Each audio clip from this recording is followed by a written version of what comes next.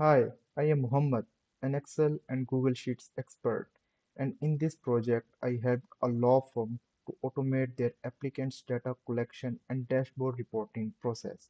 So let me walk you through that. So, client wanted a system through which she can collect the applicant's data through a form. She suggests the Microsoft or Google form. So I go with the Google form because it offers much more flexibility than the Microsoft form. Then she wanted their results in an Excel system. So I did both of these. So let me walk you through. First, I built a pretty much advanced Google form for her applicants to put up their data. As you can see, the form is bit longer than usual. So in this form, I created around 10 sections because there are many questions that like, they have children or not?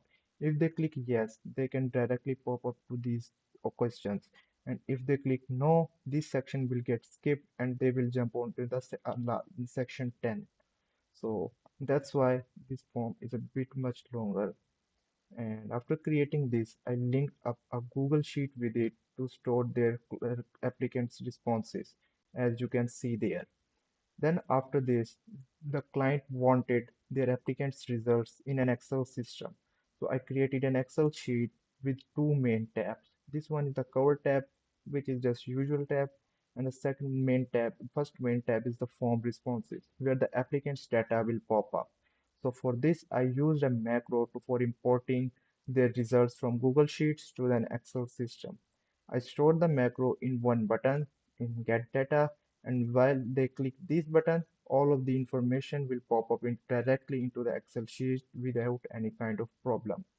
So this one covers the first step and now moves on to the next step. The client wanted a dashboard for reviewing their client applicants information. So I created a drop down for selecting client name. They can select their client name through the drop down, and none of the information will get appear there. Just the opposing party name will match the client name will pop up there. I used a formula for this, as you can see in the formula bar. Then they will check through their system if there is conflict or not. So they can check the conflict from this checker through drop down, yes or no. If there is yes, no information. If the conflict is yes, then the information will get prepared, will appear in all of these cells.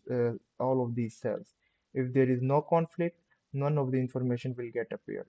For this, I also use same formulas like that, and as you can see in the formula bars, in all of these cells, the formulas are used. First, I created the dashboard without the conflict checker, but the client demanded it, so I put up these as well.